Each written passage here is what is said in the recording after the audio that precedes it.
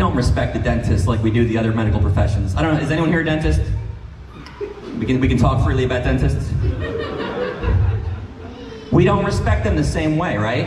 And I think it started in the beginning, when they were issuing the different medical professions, right? There was, I'm assuming, some council, and someone went up there and they said, hey, listen, I have an interest in taking care of people's feet. I'm gonna be called a podiatrist, but if you wanna call me a foot doctor, that's just fine.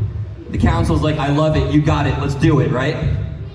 Someone else comes over, like, I'm focused on the eyes. I'm gonna be called an optometrist.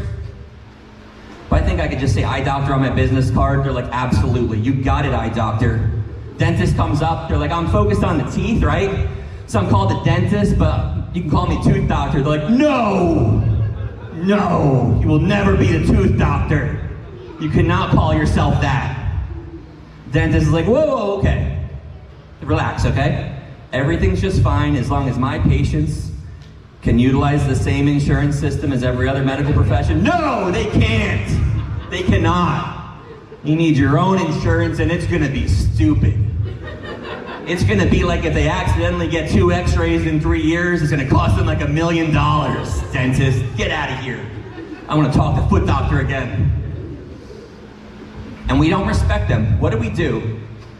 When you have a dentist appointment, it's the only medical specialist you see where you try to make up for months, if not years of negligence with like a 20-minute overhaul right real quick before your appointment, right?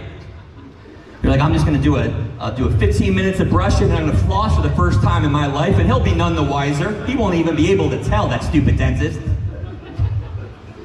They know. You don't do that for other doctors. You ever have a lung issue, you see a lung doctor? Before your appointment, you've been just for months smoking cigarettes and cigars, and then right before your appointment, you just go in your closet, you have a bag of air from the tops of Mount Kilimanjaro, you just take a couple breaths in, ooh, there we go.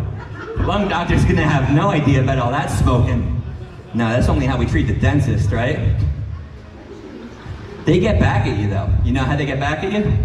They make you wear a bib, right?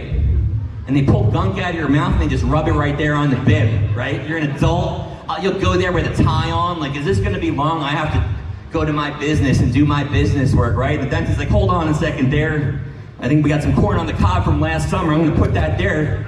You'll wear that like a trophy of shame right there on your chest, businessman, right? They know. They ask you if you've been flossing. They know you haven't been flossing, right? If there's anyone that would know, it's a dentist with his eyes, his magnified glasses 1 inch away from you. They just want you to feel stupid. They want you to have to say you haven't been flossing or lie to them and say you've been flossing.